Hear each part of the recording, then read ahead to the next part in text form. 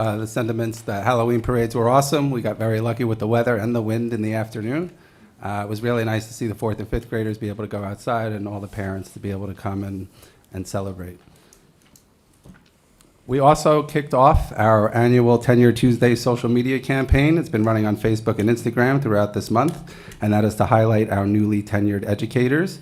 We look forward to celebrating these staff members at the tenure recognition ceremony that'll be preceding our November 18th board meeting. Moving on to athletics. So our fall sports season is coming to an end, and we have a lot to celebrate. Congratulations to Tappan Zee High School senior Bridget Dunn on winning the Rockland County Cross Country Championship on October 29th. The girls cross country team also won the league championship last month. Congratulations to our TZ girls varsity volleyball team for winning the league championship and moving on to the Section 1 semifinals following their win on Saturday. In addition, our girls JV volleyball team won the county championship. Our Tappan Zee High School boys volleyball team, which is in their 3rd year of existence, is heading to the playoffs tomorrow after a record-breaking season with the most wins in Tappan Zee High School history. Congratulations to our TZ boys soccer team for winning the league championship, and congratulations to our TZ girls varsity soccer team for making it to the Section 1 semifinals, and to senior Eve Girardi for scoring her 105th career goal last week, the most in Tappan Zee High School history. Also, somewhat related to athletics, we had our school facilities meeting last week, and we talked about athletic fields and just field space in general. And we created a athletic field subcommittee to talk about the need to add more green space. And we had a meeting actually last week at the high school. We are talking about a timeline and coming up with a plan for adding more field space. We reviewed the study that had been done by Clark Patterson Lee about 6 years ago. We also looked at some other renderings that we had created and revisited the discussion from our school facilities meeting last spring. And so we have a plan moving forward, and that subcommittee is going to present to the school facilities committee at our next school facilities committee meeting, and then at the Board of Education later on this year. We also formed, for the first time ever in SOCSD, a transportation committee. And the transportation committee is going to really look at just transportation in general, how kids are getting to and from school, obviously busing being a huge part of that and a huge expense. We spend $7 million a year on transportation, just to put things into context for everybody. And so I've asked the transportation committee, who will be headed up by Michelle Stevens, who's our director of transportation, to create an SOCSD transportation plan. The committee will review the history of transportation in SOCSD, including the budget. We had 2 transportation studies that were conducted, one in 2010 and another one in 2020. So the committee will review those studies and review the consolidation and rerouting that occurred during those studies and after. We'll review the current ridership. We're going to look at our plan for compliance with the New York State Education Department's electric bus mandate. We're going to work closely with the town highway department to expand their work to create more sidewalks, bike lanes, beginning at each school and planning outward. And that's something that's been going on for a couple years with Safe Routes to School. And also evaluate the benefits to purchasing 1 or more buses for the day-to-day runs, athletic after-school runs. We're constantly taking kids back and forth between our schools. We have our high school kids going to visit our elementary school kids, middle school kids. And so we think it would be cost effective to at least look into the possibility of purchasing a bus.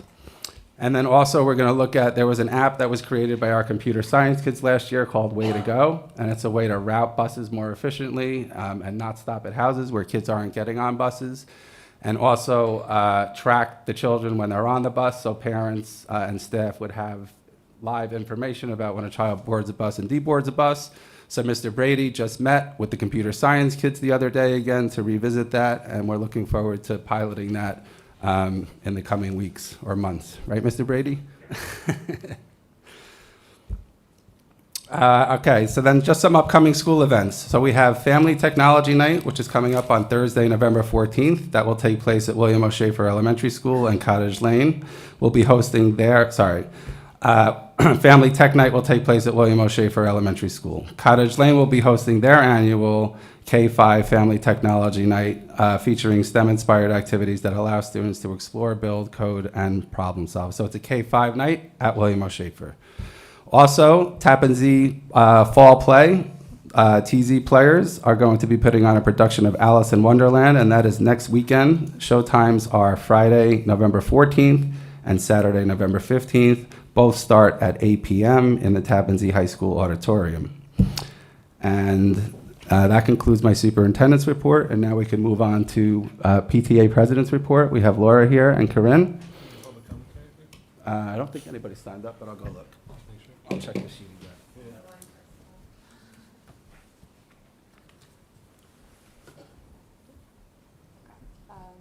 Hi, I'm Laura Schell from SOCSD PTA.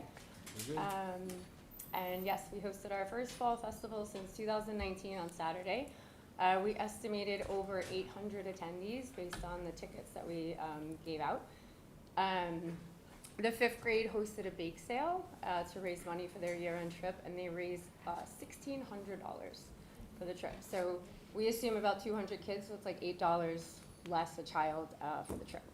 And we also collected one of those huge like Sterilite bins and 3 shopping bags full of Halloween candy to donate to the military. And all of our vendors are linked on the website. We had a bunch of food trucks. We had a magician. A parent donated their photo booth. We had a whole bunch of people there. So check them out on our website. And our winning raffle ticket numbers are also on the website. So if you have a blue or a red ticket from Saturday, you can check there. And I also want to give a huge thank you to everyone who worked so hard to make this event possible. We had an incredible planning committee, obviously, with what they came up with. And the volunteers, both adults and students, were phenomenal. We had a bunch of parents who were like, I'm here, I'll float around, whatever you need, I can do. It was great. So it wouldn't have happened without them, and we are so grateful. So next, we have the holiday shop at William O. Schaefer. That's going to be the week of December 1st. And then the Cottage Lane's going to have a holiday school store the week of December 8th. So we're working on those, and some more information will come shortly. We have our teacher grant applications. They're currently open, and they're due next Friday, November 14th. So we're looking forward to reviewing those submissions, and the grants will be awarded in December. And then at our March meeting, we always invite the grant winners to come and kind of talk about what they did with the grant money. Reflections, which is New York State's PTA art contest. It's currently underway. The theme this year is I Belong. It's all about discovering where you feel most accepted, valued, and true to yourself. Information on all the categories is on our website, and the deadline is December 1st. We currently have 336 members. We hope to get a few more to reach the goal set by New York State PTA of 374 members. There's about 38 more to go. So if you're not a member, you can sign up on our website. And just some quick upcoming dates. This Thursday is the 5th grade publishing party, so we provide snacks for the students for that. Picture retakes for Cottage Lane is Wednesday, November 19th. And then for William O. Schaefer, it's Thursday, November 20th. And then our next meeting will be next Thursday after Technology Night, and Miss Harper will be there. She's going to give some more information about the new Cottage Lane music program. So, thank you. Thank you. Thank you, Laura. Great job. She worked. Hi, everyone. I'm Corinne Sletner. I'm the middle school PTA president this year. I have quite a bit to go through, so just bear with me. The end of September, we had our 6th grade welcome party. It was a huge success. Thank you to Cassandra Carney and Dawn Paunis for organizing. There was pizza, a DJ, and a photo booth, and that occurred right after school, so students didn't have to worry about transportation to join. We held 2 restaurant fundraisers so far this year with BJ's Brewhouse and the Dining Room in Blauvelt. Thank you to all who participated. We're looking to get another one scheduled out in the next month to keep that going. Friday was our annual Halloween costume contest. Thank you to Brenda Boysa and the other volunteers who helped the PTA host and judge the contest. We do have a reel on our Instagram page if anybody wants to see the other costumes. It was a contest, so there were like best group, most creative, and different categories. We did hand out prizes as well. We worked with Life Touch to complete the first round of school photos. Families should have received the proofs via email by now. Photo retakes will be Wednesday, December 3rd. Our October PTA meeting featured Elizabeth Ward from the Children's Village Residential Treatment Center. She created an overview of, she presented an overview of dialectal behavioral therapy skills that are being introduced to our sixth grade students in their Skills for Success class. Our November meeting that was scheduled for tomorrow is going to be moved to December 2nd at 6:30 to avoid a conflict with Election Day. School store volunteers are needed for Friday, November 24th. We are also currently working with the SOCSD administration on completing the Middle Ground National PTA grant. The objective of this grant is to help create practical strategies as well as a safe space in the building to support grieving students. This has included purchases of books, seating, journaling supplies, rugs, and artwork. Thank you to Liz Brancotti and Amanda Levin for identifying this grant and applying. At the conclusion of this grant, SOCSD will be a New York Life grief-sensitive school, accepting $3,500 in grants. We are also currently working with the New York State PTA on innovative teaching grants. So far, we've had 2 teachers apply, and we'll find out more about that process as it continues. The PTA has removed its former website in favor of using a link tree, which you can find in our social media pages. Be sure to follow us on Facebook and Instagram. And as always, any questions or comments can be directed to our email, which is somspta@gmail.com. One last note regarding communications, since we no longer have the Wednesday e-blast, you may find any announcements in the Wednesday daily announcements through the middle school. Any updates from the PTA will be available for those who are not on social media or are not current PTA members that might get an email from us directly. Thank you. Thanks, Corinne.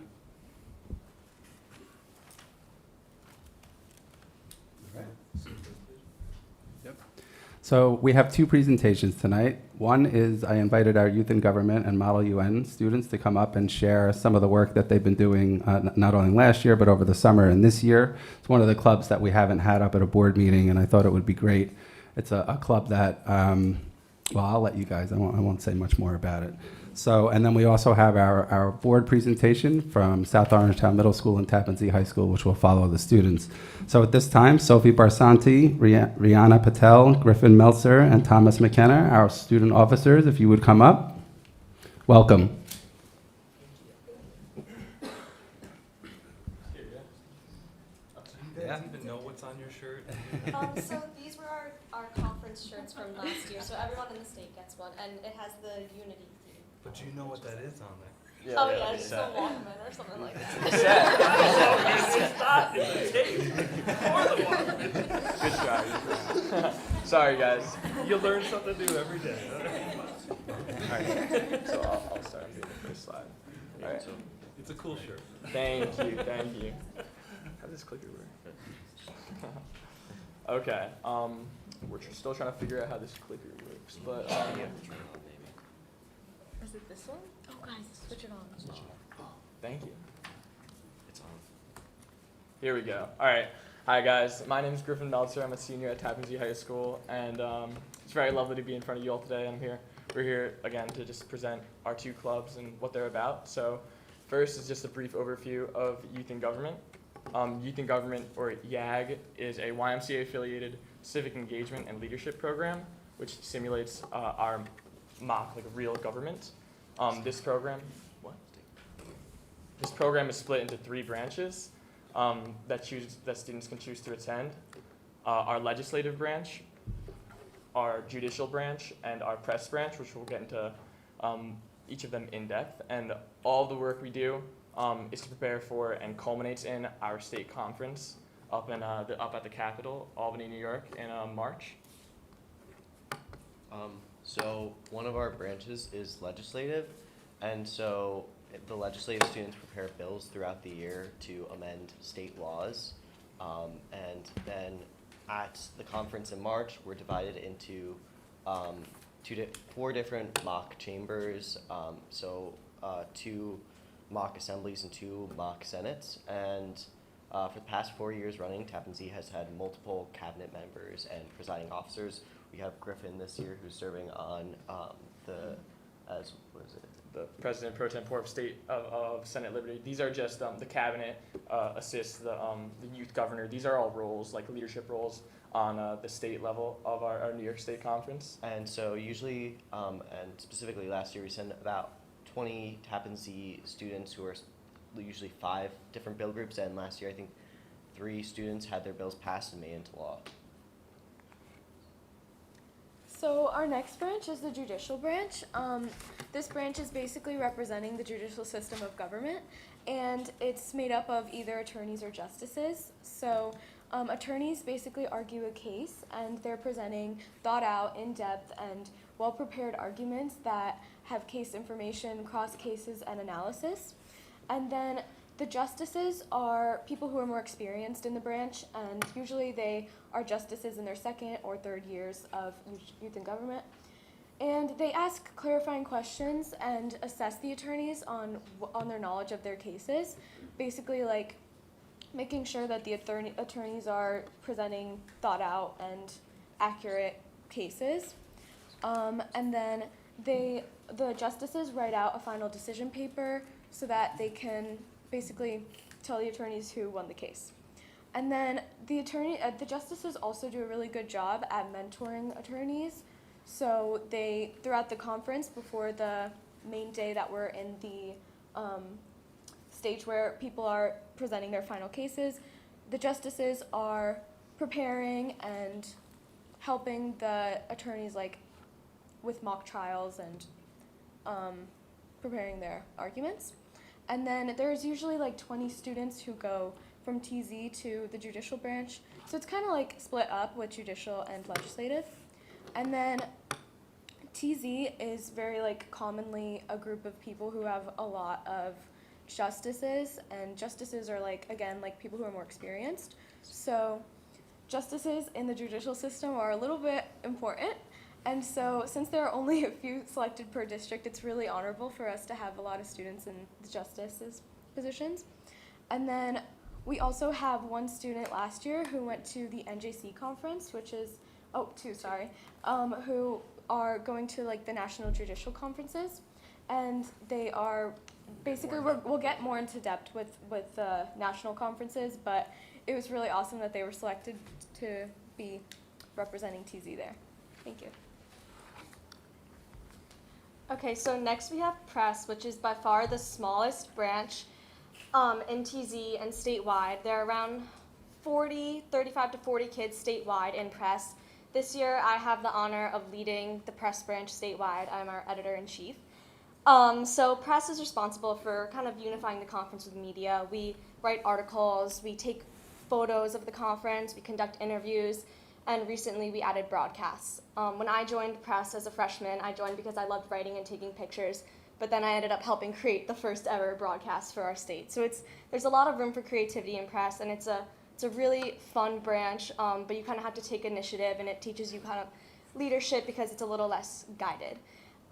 We have around 7 TZ students in press, but for the past 4 years, TZ has been the school to send a press delegate to the Nationals Conference, and there's only 1 to 2 press delegates at Nationals Conference, and there's consistently for the last 4 years been a single TZ student, so that's a great accomplishment for TZ. We really represent in press, and it's a strong branch for us.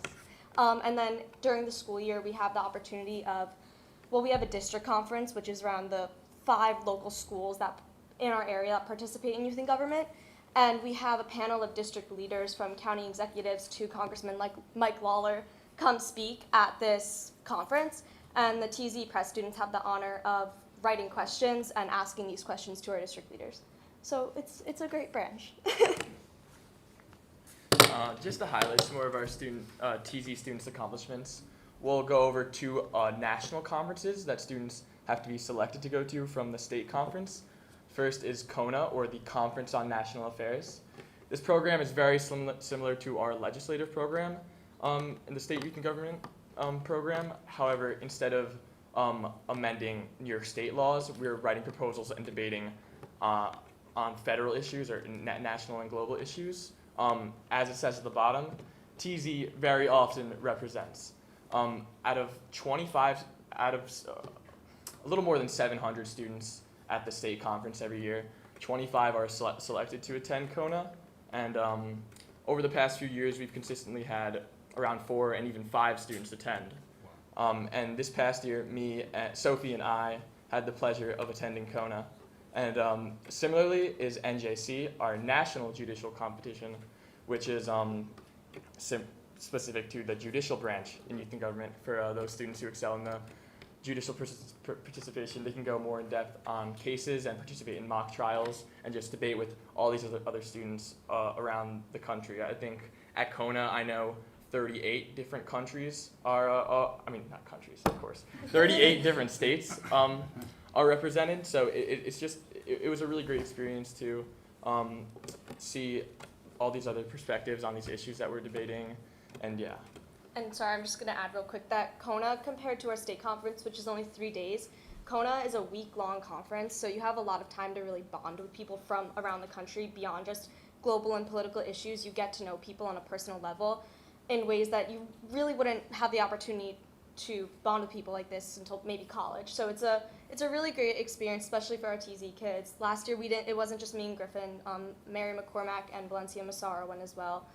And it's a really fun conference. Another opportunity throughout the year is the middle school resource team and middle school conference in general, where we send both South Orangetown Middle School students and Tappan Zee High School students. So it's like the high school conference, similar 2 to 3 days in the Capitol, where students get to present bills which they prepared throughout the year, and usually a resource team of 25 high school students get to preside over and provide insight, guidance to a lot of these students. And last year we had the opportunity to send 4 different high schoolers, and this year in a couple weeks both Griffin and Sophie will be going on the middle school resource team. And I can say from experience, it's a really great opportunity for our middle schoolers as well as our high schoolers to just help and teach, and it's a great service opportunity. Oh, just to add on one more thing about the middle school conference, it also builds a lot of incentive for middle schoolers to join once they get into high school. So this year I've had the pleasure to talk to a couple of people who went to the middle school conference, and now they're joining youth in government, and it's a great thing to see that they're really excited to try new branches or just get involved again. Our middle school's debate club sends middle schoolers to this middle school conference, just for context. Okay, so next we have Model United Nations. Model United Nations teaches students how to collaborate and work together to use their goals and also to create solutions that are solving like a crisis. So similarly to how the actual United Nations usually forms a committee and is working to solve like global issues, Model United Nations is training students to do the same thing. So basically, like in our club, we like are officers for it, and we assign students with roles and then an assigned crisis, and we usually simplify it so that students can understand what their job is, because when we go to the like conference in Columbia University, we want students to be able to digest the more complex material. And we'll talk a little bit more about that later, but for now. Yeah, and our crisis committees can be anything from the climate crisis to AI crisis to Avengers Infinity War. It is really just getting creative with how you are solving challenges. It is a mock United Nations, but any challenge can be at hand. It is how you debate and how you are analytical with it. Our last one was the Salem Witch Trials for Halloween. Very festive, very fun. Our students get really into it. They love it.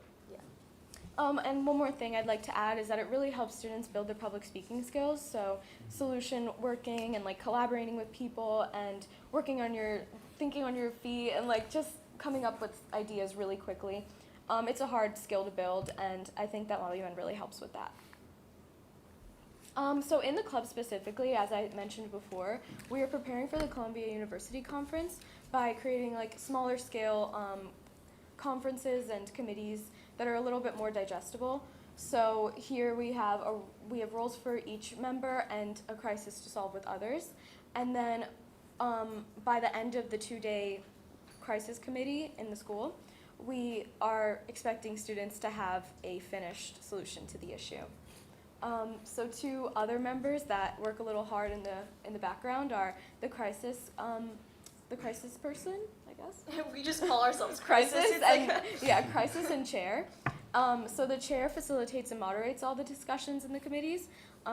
Basically, like all the procedures that come with a UN committee are what the chair is regulating. And do you want to talk about crisis? Yeah, so Griffin and I are club presidents, and we'll take turns facilitating crisis. The role of crisis is to kind of drive the creativity of any of our committees. Our committees are usually 2 days long, and it is up to crisis to keep them going. So when people have ideas, they will bring them to crisis, and crisis makes it work in the I don't know, the simulation. Basically, it keeps the plot moving.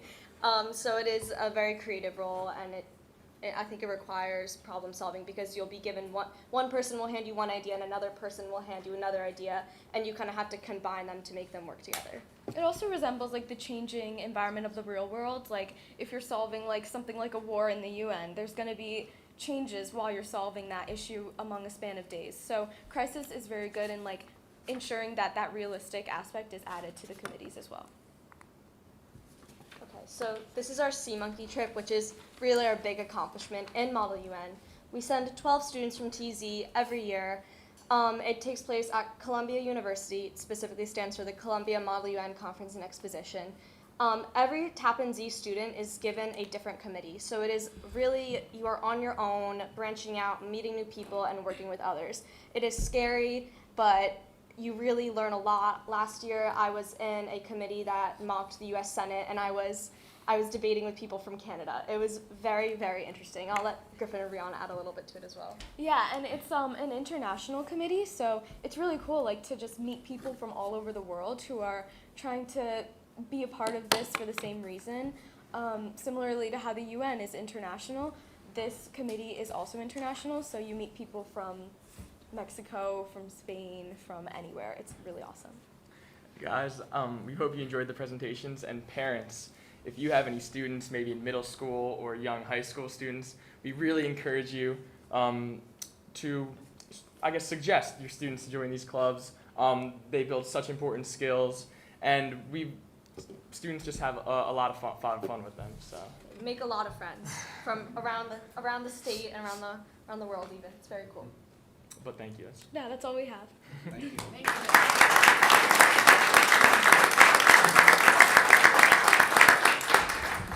So before I turn it over to the board for questions or comments, I just want to thank you for coming. I'm so glad that I invited you. I know you guys have been at work for a long time building the club and having opportunities to get out beyond the walls of TZ, and clearly you've been doing that. Also, I just have, before I turn it over for questions, the partnership with the YMCA. Can you guys just elaborate, maybe for context, explain what the partnership is with our YMCA? So the YMCA runs Youth in Government. It is the national organization. They create these shirts. Our YMCA leaders really give us the space to lead as students, while also giving us guidance and rule books. They fund us a lot. Our trip to the Nationals Conference, YMCA fundraised for the entire thing, which was a really great opportunity to send kids, because those trips can cost up to $11,000. What was it? No. Yeah. $1,100. Yeah. Yeah, $1,100. They're not cheap, so the YMCA gives us a lot of room to. And members of Youth in Government have the opportunity to use the actual YMCA facilities. They are YMCA members, so that's another great resource that they provide. And so that's with our partnership with the Rockland YMCA specifically. Yeah. And the YMCA also has a set of core values that it really promotes at conferences. So this really creates a safe space for students, because they promote their values of courage, respect, caring, and it just creates a safe space for students to get to know others and be themselves. And also because of their like already very known presence in the country, YMCA is very good at like getting in touch with other communities who don't already have a youth in government program in place, and getting them to have some students come to the conference. So our conference grows by a lot every year, and it's really awesome to see what the YMCA can do to grow and expand the youth government. Thank you for sharing that. We're really appreciative of our partnership with them. I also want to acknowledge Scott Muscat, who's sitting there in the back, who's the club advisor. Say hi, Scott, to everyone. Thanks for being here.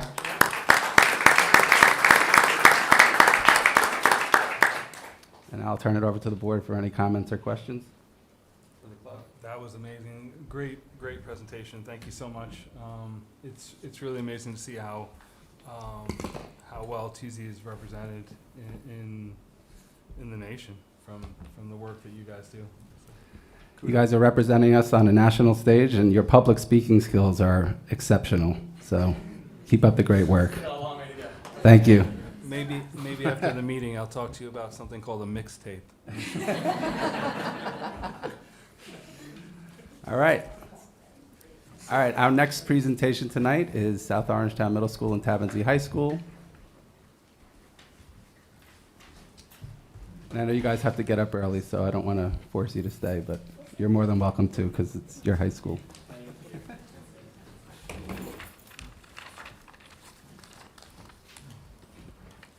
Good evening. Thank you. I also want to echo, nice job by the high school students. It's hard to believe that 4 years ago you were in middle school, how quick those 4 years do go.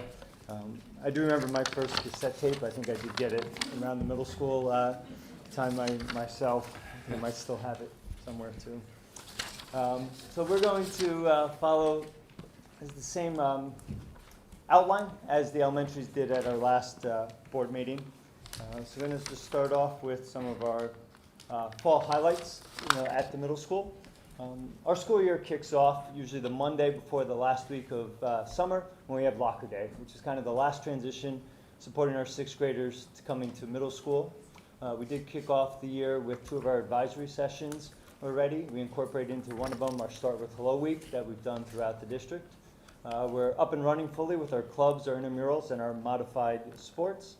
Our 6th grade DARE program is probably about 2/3 of the way done at this time. It's a decision-making model, and it's a great opportunity for our students to develop positive relationships with our Orangetown Police Department. As Ms. Sletner mentioned, we did have our 6th grade welcome back party.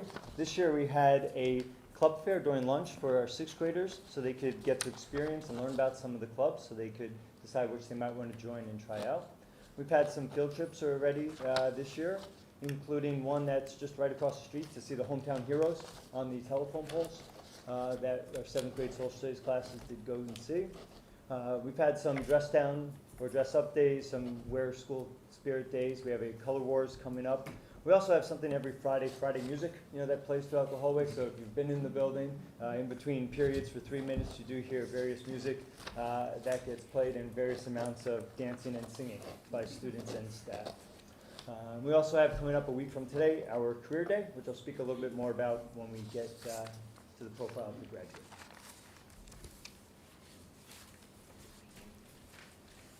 Good evening. The high school is off to a great start this year. We had successful assemblies for each grade to start the school year where we discussed RISE and the expectations. Our focus is on building community and how each and every person is responsible for contributing to a positive school environment. In September, we had our Start with Hello Week, which was spearheaded by Miss Annie Scott, our prevention counselor. Throughout the week, our students wore name tags, participated in activities in class which encouraged communication with their peers, as well as conversation cards which were spread throughout the cafeteria during lunch periods. Our seniors and freshmen also had the opportunity to bond with their peers. For our senior picnic, for example, our students were given the opportunity to take their senior class photo and take 2 workshops, financial literacy and college application. So our freshmen then had the opportunity to have their field day, which was planned and organized by our senior peer leaders. So this was a great day to emphasize unity and promote a positive school culture. In September and October, Dr. Levine, Mr. Carbonetti, and I visited the freshman seminar classes where we introduced ourselves to build connections with our students. We taught lessons and engaged our students in important conversations, providing them with an opportunity to learn more about us as leaders, as well as our expectations from them as high schoolers. So a new experience for us this year was the Tunnel to Towers mobile exhibit, which you see in the photo here. This was generously donated to us by the 9/11 Education Foundation in collaboration with Dr. Arietta from the Curriculum Office.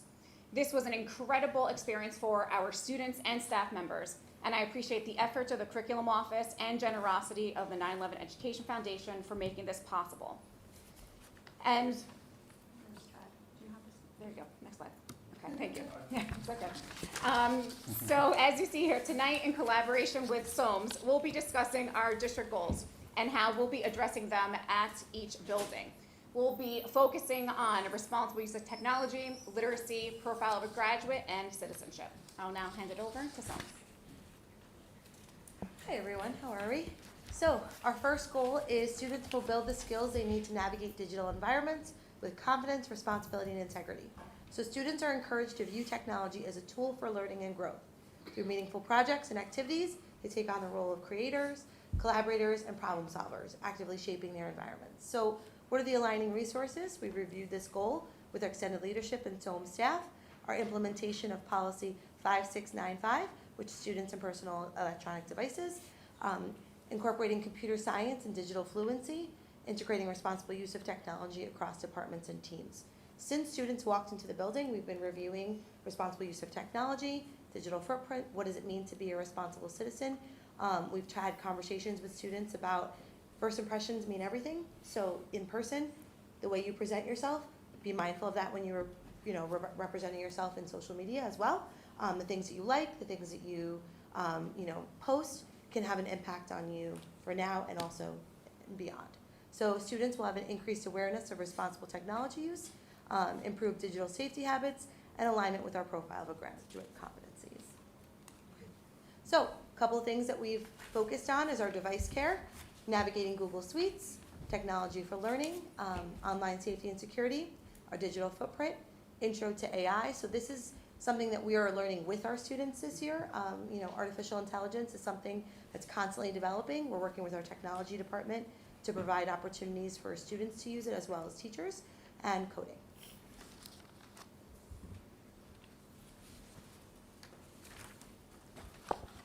Good evening, everyone. So at Tappan Zee High School, we continue to emphasize responsible and ethical use of technology as an essential component of academic success. Students are learning to engage with digital tools thoughtfully and productively. Teachers are using tools such as Lightspeed to effectively monitor student online activity during class, ensuring that devices support rather than distract from our learning. In addition, AI detection platforms such as Turnitin help students understand and uphold academic integrity by verifying originality in their research. This work is further supported through ongoing professional development sessions held during common planning time, and thanks to tremendous efforts of our instructional coaches and by Mr. Mark Eckert. Teachers are also integrating creative platforms like Canva, which was just in our great presentation as well, which serves as a collaborative classroom tool. In freshman seminar, students receive hands-on opportunities to practice digital citizenship, academic research, and creative expression. All skills tied to our goal of producing students who can ethically and proficiently use digital technology to research, cite, and present information. So as Dr. Levine mentioned, we'll be focusing on ensuring our students have the research skills needed to be successful upon graduation. Our library has an array of resources available to our students so that they are not just relying on Google for information. Throughout their experience at the high school, our students learn to use credible sources in their research. This involves using academic databases, primary resources, and synthesizing their findings. This essential skill allows our students to identify a problem, gather data, and present solutions once they're outside the classroom walls. At Tappan Zee, we offer a wide range of electives, and within these classes, our teachers provide our students with real-life experiences on how to use technology responsibly. In our business classes, for example, our students learn how to market to various types of audiences in their projects. In doing so, they also learn how to be aware of how businesses target them in their advertisements and how to be smarter consumers. In our makerspace, our students are learning how to use technology as a tool for their education. Students are producing podcasts on topics they learned across all content areas. In Project Lead the Way, students are sketching, designing, and creating custom designs in CAD and bringing their projects to life using the 3D printers. In computer science, the students are partnering with the administrators to learn about the problems and concerns at school to then develop tools to help address these areas. With the guidance of our staff, our students are learning how to leverage technology to be critical and responsible digital citizens. We are looking forward to another innovative year for our students.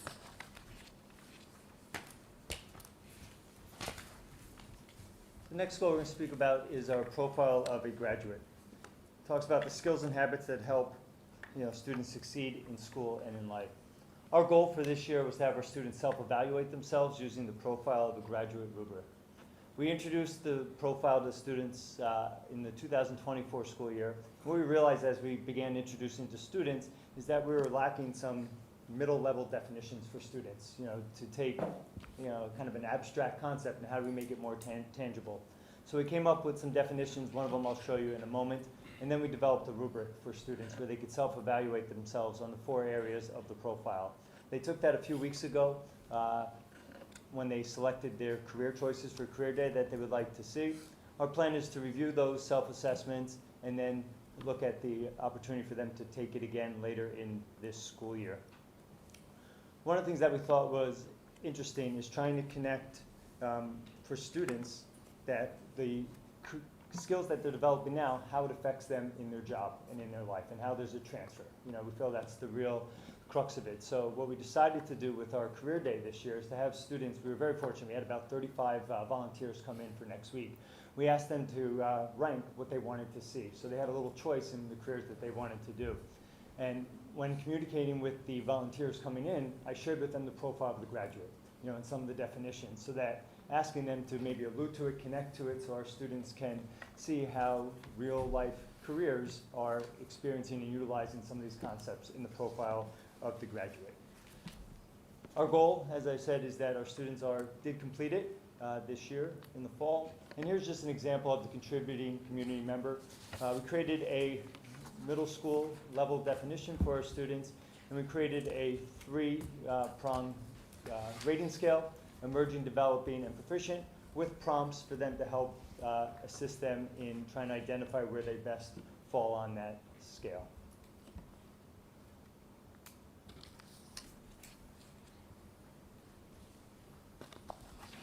So, and just from the perspective for the high school, the profile of the graduate remains at the heart of what we do, guiding how we prepare students for success beyond high school.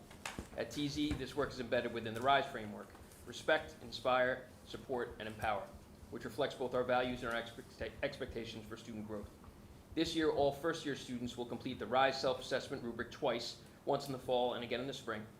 This structured reflection helps students evaluate their own progress and set meaningful personal goals. Last year, this process began as teacher-led feedback, but we are now shifting toward more student-driven and self-directed reflection.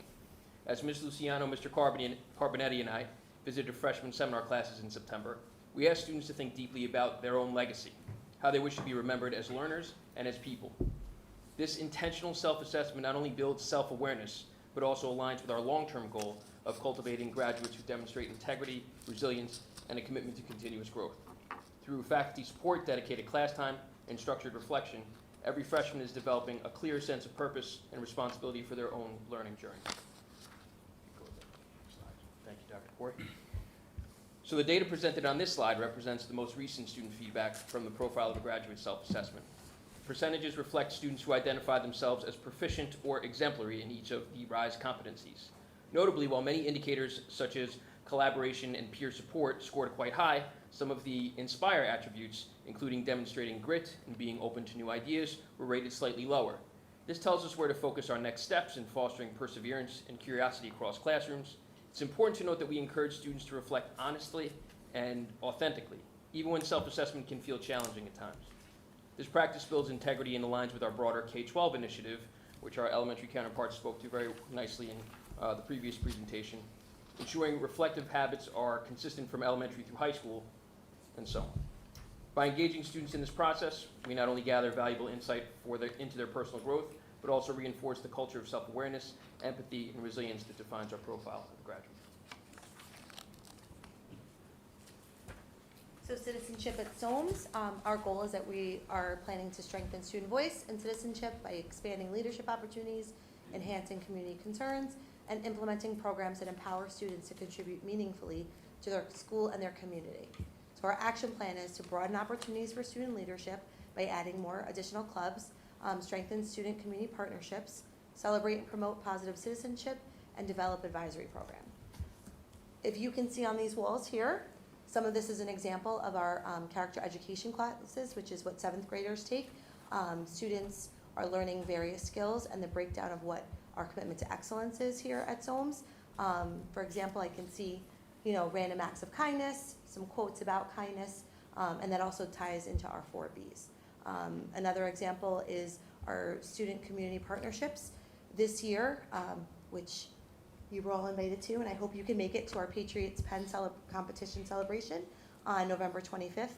This year, we have 45 students who voluntarily wrote an essay about what it means to be a member of our democracy and how they can be, how they promote that in their classrooms and in their outside world. So 45 students wrote those essays, and so that's part of how we are aligning with the VFW. Another example is our advisory lessons, our 6th grade club fair. Just so you all know, our debate casting team had the most interest from the 6th graders, so I'm hoping that will help align for the future. They were the students that, the debate casting club, they actually had the best line. They said, do you like to argue? If you do, come join us. Which made me think for a second, like maybe I should ask my husband, maybe I was going to. But, do you like to argue? And the kids all, I think we had 10 or 15 students sign up based on the 6th grade club fair, which is great. Start with Hello Week, our Good News postcards, which are teachers and staff send postcards home to students about things that they've been doing either academically or socio-emotionally. Our SOM shout-outs are certificates that teachers and staff members submit, seeing things that kids do well, our grade level and team assemblies, our principal's cabinet, which is an opportunity for students to meet with Dr. Corey and talk about problems that are going on or concerns that they have. And we usually come up with solutions and meet with those students. So for example, something could be like, oh, I've noticed we're not recycling as much. Okay, so how can we, be more proactive? All right, well, we need to make sure that we're meeting with our custodial staff, making sure that they're cleaning, that our environmental club might be involved. So those are just some examples of how students can be advocates. In addition, we are adding movie making club as well as string quartet tonight. So those are 2 groups that are starting at a volunteer level. So students ask teachers to help, would they be interested in advising a club? And so we had students walk around, get signatures. So it's another example of citizenship at SOMS. So again, these are preparing them for the outside world. What do you do when you see a problem or concern or you have an interest? And I think that these are, some great examples of that. So. Hi, good evening, everyone. So at the high school, we offer well over 50 co-curricular clubs and activities, almost all of which encourage students to engage in service opportunities, not only within our walls, but in the surrounding community as well. I'm happy to share that last year, approximately 76% of the high school students were involved in at least one club, sport, or extracurricular activity. And this year, we've made it our goal to increase or maintain that number. So how do we plan to do this? In September, the high school hosted its annual club fair. 30 organizations were represented, and students volunteered their time to represent clubs during their lunch periods. This fair was so big that it literally expanded through the cafeteria, into the auditorium lobby, and even outside of our school building. In addition to the fair, clubs had the opportunity to set up a table outside of our library during Meet the Teacher Night. Approximately 15 clubs participated, and in addition to our student volunteers, representatives from SOAC were present to discuss opportunities that exist for students still enrolled at the high school and even beyond. We encourage our students to be active citizens, individuals who play a role in their community. As such, designated faculty advisors work with student members to establish partnerships with organizations that promote the mission and vision of their club. I am proud to share with you now just a little bit about the partnerships that exist and what our students are participating in outside of TZHF. So each year, the Art Service Club partners with the Make-A-Wish Foundation, and members create posters for the big reveal. One of those posters can be seen in our presentations here, and if anyone is interested, we do have additional work that we can share with you. HOSA, a new club, is recognized by the U.S. Department of Education and the Department of Health and Human Services. This organization will work throughout the year to secure speakers representing a large continuum of health services. We will soon be hosting a Q&A session with a pediatric dentist from NIAC. The Interact Club recently partnered with the Leo Club at the Walk to End Alzheimer's, which is also seen here. Interact is preparing their Thanksgiving basket collection and will once again donate baskets to St. Dominic's Home. The Leo Club continues to work alongside the Blauvelt Lions Club to offer residents enriching opportunities. The Italian Club and Italian Honor Society danced the Tarantella at the Italian feast run by the Rockland Lodge, and members will soon play tombola at the Sunrise Assisted Living Center in Old Japan. SAD promoted Red Ribbon Week and is preparing for Toys for Tots. And finally, the Social Justice Club has partnered with Girls Learn International, One Spirit, and most recently with an organization that seeks to empower students to become caring and impactful global citizens through empathy and social entrepreneurship. We are the first school in New York State to partner with this organization.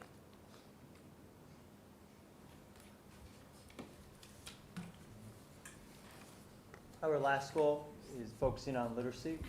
I'm going to talk about it from two perspectives, one from the reading point of view and also one from the business financial point of view. From the reading point of view, our goal is that students will demonstrate growth according to the STAR assessment. The STAR assessment is something that all students take 3 times a school year. We continue to look at that data along with any state and local data to help us inform instruction for our students and interventions. We use our time as a staff in team meetings, department meetings, and faculty meetings, to look at this information. We also have crosswalked the New York State Next Generation Learning Standards to make sure that reading and writing is embedded in, across all content areas. From a financial literacy point of view, this is our first year where we created business classes here at SOMS. Our goal, different from the reading, was to equip students with the knowledge about budgeting, savings, and responsible decisions, knowing, again, it's our first year having it. To include these classes, we re-looked at our Explore structure that we have of our classes and restructured them and realigned them to allow for business classes in each grade level for our students. On our next slide, again, it's a split screen, and I'll take you through both sides of it. On the left side is the state assessments year to year that Dr. Arrieta showed, I believe, 2 board meetings ago. Also, similar to what Cottage Lane showed at their last board, at the last board meeting, I also broke it out in terms of our ELA cohort, because that has been obviously a discussion that we've had regarding reading. And you can see that the same group of students over the last 2 years, the levels of proficiency scoring a 3 or 4 have increased. We're encouraged by that trend, and we realize there's still work that we want to do, but I did want to share that both from those 2 perspectives. On the right side is our business courses, is the enrollment. We created 3 courses. In 6th grade, it's Financial Literacy 6. In 7th grade, it's Finance and Careers, and in 8th grade, it's Entrepreneurship. And you can see the number of students that we have enrolled in those classes. From the beginning of those classes, our business teacher has worked with the high school and their business teachers to align the curriculums that they are doing. It's been very interesting to go into classes and see kids talking about needs versus wants, savings, all concepts that we deal with as adults on a regular basis, both professionally and personally. And it's been very exciting to see students, start having that experience and exposure at the middle school level.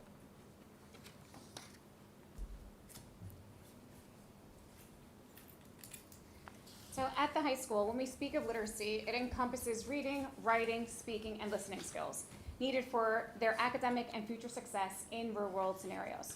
Now, I believe we just had a perfect example of literacy here with our students presenting tonight, but they just provided you an example of what it looks like, and that's an extracurricular, right? So that is happening during the school day and also after the school day.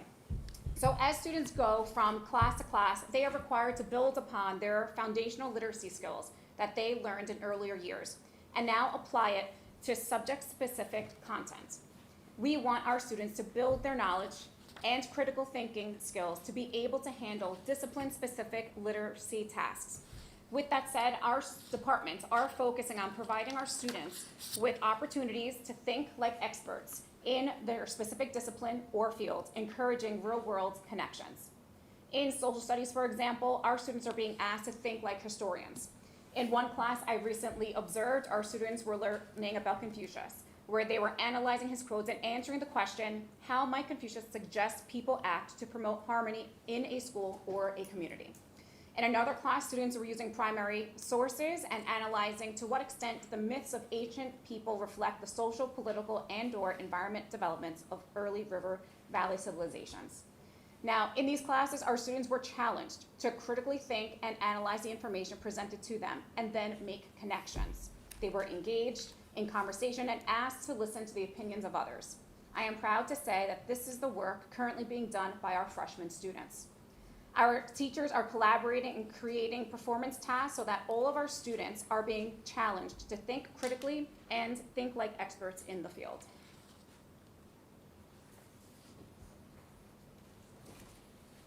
As part of literacy, we felt it was important to highlight some of the recent academic accomplishments of our students. First, TZ students averaged a total SAT score of 1155, which far exceeds the national average. This average is historically anywhere between 1040 and 1050. The same can be said for TZ students who took the ACT exam. They scored an average composite of 25.4, and the national average this year is approximately 19.5. In addition, this year, the class of 2026 boasts 4 national merit semifinalists. These academically talented seniors have an opportunity to continue in the competition for some scholarships worth nearly $26 million that will be offered next spring. The nationwide pool of semifinalists, representing less than 1% of U.S. high school seniors, includes the highest scoring entrants in each state. In addition to the 4 national merit semifinalists, we have 13 commended students. Although commended students will not continue in the competition for national merit scholarships, some of those candidates, some may be candidates for special scholarships offered by corporate sponsors. Last school year, a total of 317 students took at least one AP exam. 83.2% of those test takers scored a 3 or higher, which would, in some cases, allow them to earn college credit. The AP Scholar Award, either with honors or with distinction, is awarded to students based on their average scores on 3 or more of their AP exams. And finally, 86% of last year's graduates went on to pursue education at either a 2 or 4-year school. In addition, 2% of students pursued a trade or enrollment in the U.S. Armed Forces, while 12% pursued other avenues. Oftentimes, these are employment, gap years, or service opportunities. We thank you for giving us the opportunity to highlight just some of the incredible things that are happening at our middle school and high school. We recognize that none of this is possible without the support of all of you, members of the board, central administration, administrators, teachers, faculty, staff, and members of the community. Thank you for your continued support as we work to elevate, engage, and inspire.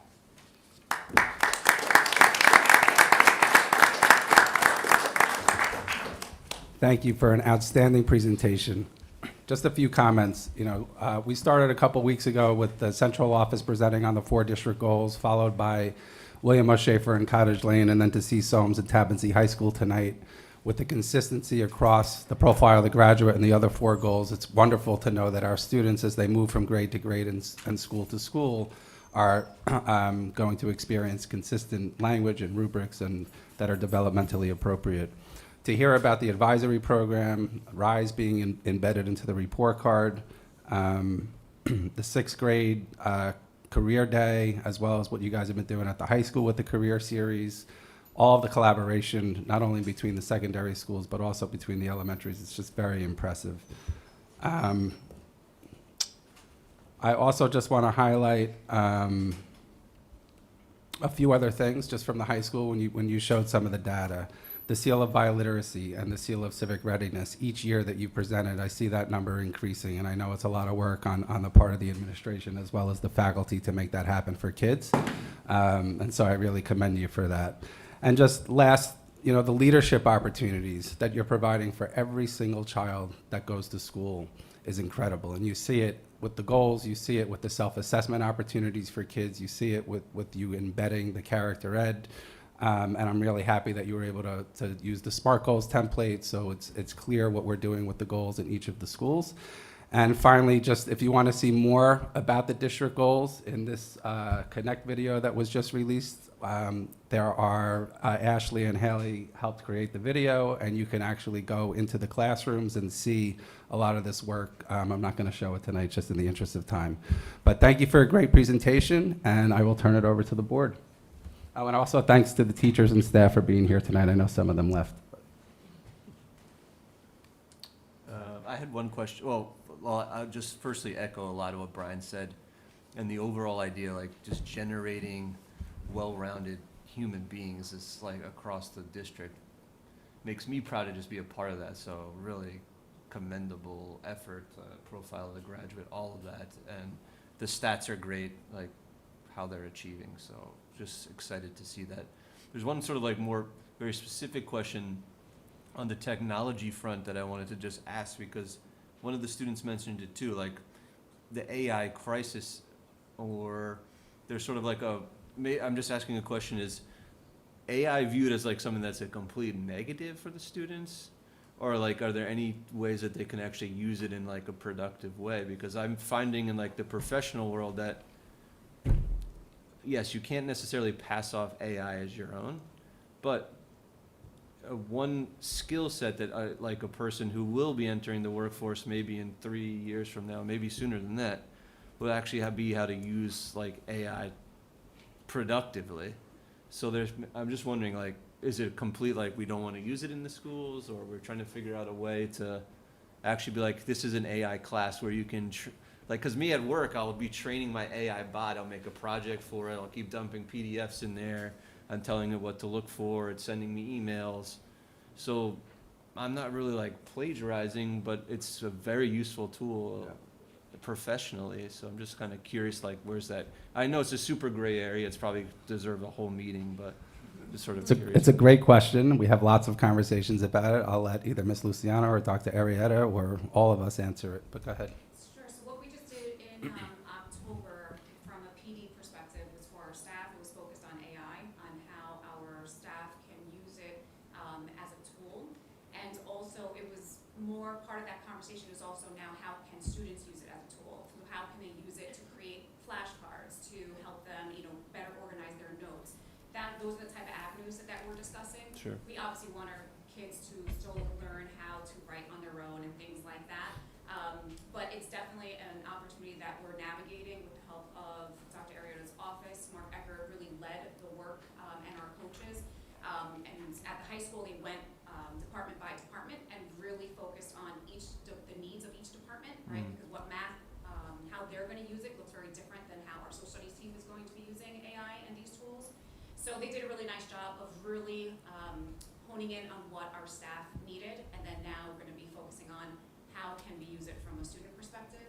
I know from a tech department, they're looking for a specific tool for our district, for our students to use. So he can talk more about that. Yes, Yeah, George. Meeting as a technology leadership team over the last 2 years, AI has been a focus of it. So working with Dr. Arietta, and we're instructional technology leaders that are in the domain of technology. We looked at a couple of tools. We realized that our initial focus, at least for the first half of this year, is going to get the tool out into the hands of our teachers, get them comfortable using them. As we learn as adults how we can effectively use it in the classroom with our students. So there's that little bridge, right? Talking about the tool to help you be more effective in the work that you're doing, but also to teach students on how to use it appropriately. So that way we're addressing those concerns that are out there. It's not just the cognitive decline of not producing your own work, but one of the things we're seeing in research is the relationships students are having now, right? So we're seeing an increase of students using these chatbots to talk to get both reassurance for their feelings, but they're also seeing a decrease in those interactions with other people because it's a lot easier to do the chatbot at night and get that feedback that you're looking for. So there are a number of areas that we're concerned about, but as a district, we've never focused on the negatives. We've always tried to look to elevate, engage, and inspire, and look forward, right? Don't get stuck in the reasons not to do it. It's the same thing we saw when, YouTube came out. Oh, we can't be having YouTube in class. Guess what? It's probably one of the best tools we have. Same thing with Wikipedia. Oh, it's not a primary source. You can't. Well, listen, we use it. So. And I'll just add, we were very intentional about the wording of the goal when it was created, responsible use. So my one question is right along the same lines as AI. As a parent, my concern is always to try to have some information to fall back on before my child has the question. And so I think of that in the school setting, that there really isn't going to be a teacher that can get by without understanding and learning AI, because it's going to be in everything. 2 years ago when I took the training in Albany, it was fear. It was concern that children were going to have learning loss or shortcomings because of AI, and then this past year it shifted to we better get these kids trained on AI correctly so that they are at the forefront and not behind their peers, whether it be in the US or even outside. But my concern definitely is to make sure that I hate to use the word require, but to express the very important need for all teachers to really dive into AI as best they can, and be prepared for those questions and be prepared for those students that are obviously already using it. And I want to make sure that our teachers have the resources to be prepared in that, because it's going to change our landscape faster than we know. And I've seen the trends of things that have come into our society, whether it had been the internet as I was growing up, then you go into cell phones, you go into social media, you have all these things that are emerging and we're all growing with them. The thing I don't want to happen is I don't want kids to suffer because of it. And so my concerns definitely lie with, let us not have AI destroy some of these kids' lives because we weren't prepared. So that's definitely my concern when I hear AI brought up. I want to make sure our teachers are prepared for the students. And those chatbots that you're talking about, I've already read some very disturbing things that have happened to students, to children, using it as creating a relationship with it when they could be creating it with another person next to them instead. So those are my concerns. Well, I'm very excited to learn more about chatbot. Is that what it's called? I have no idea what it is, so very excited to learn more about it. I do have to say, do use AI maybe just to do the math, to check the math homework. I'm just going to be honest there, because I still don't understand it, but great presentation, thank you. Thank you, guys. You good? All right. Great job. Appreciate Yes, it. Awesome. Thank you. All right, I know you guys have an early day, so don't feel obligated to stay. I'll go, any committee reports? I have Awesome. one, if you want me to Thank go you, into it guys. quick. Yes, quick, where did I put it? I had it right here. Oh, there it is, okay. So we had the October 29th Facilities Committee meeting, and just summary notes. Spoke about the electric bus study. CPL submitted fleet electrification plan, FEP, to NYS SCRDA, and CPL presented preliminary plan. William O'Shafer and Soames shared as potential lot spaces and included in the report submission. The space at William O'Shafer is currently a field, and the space at Soames will conflict with plans for a new walking path. The district would like to consider other lot spaces and further review if a smaller space than presented will support the necessary bus capacity. And then on to phase one of the capital project, CLE and William O'Shafer, wrapping up punch lists during the next 2 weeks. Training of equipment and controls is being scheduled. Then phase 2 over at the high school, we have TPGs working out the phasing swap for the 2026 and 2027, and currently waiting for one contractor to be in agreement with the change. Phase 3 over at Soames, we have bid posted October 20th through November 20th. Contractor walkthrough scheduled for 11/5. Soames renovations to include the 2026 field work, 5 bathrooms, 3rd floor HVAC, and classroom renovations. 2027, we have the 2nd floor HVAC and classroom renovations. Added casework for 4 regular classrooms, and hose bibs on roof for adequate maintenance of the HVAC units. And then on to the 2026 projects, which would be at the May 2025 vote. Spoke about the William O. Schaefer casework and Tebessee High School school store entryway. And then we have design starting in 2026 and construction in 2027. And then on to summer programs in 2026, started discussion on which school they will be held at, either William O. Schaefer or Cottage Lane. And the facilities subcommittee focused on athletic fields was formed by Dr. Kulak. All right. If that was the only committee report, we can move on to agenda items. Is there anything that anyone needs to discuss on the agenda items before we move forward? Okay. Then I'd like to make a motion to approve consent agenda categories 8 through 12. Motion. Thank you. Second by Rob. All in favor? Aye. All right. Any new business for tonight? No? J1? No? All right. Well, everyone have a good night. We'll just close with a motion to adjourn the meeting at 8:47.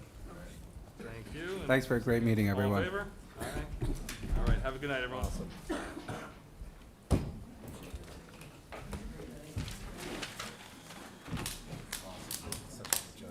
Yeah, oh my gosh. What's your chat bot? Oh, I just go home now and be up all night reading about chat bots. personal assistant. Go down that rabbit hole.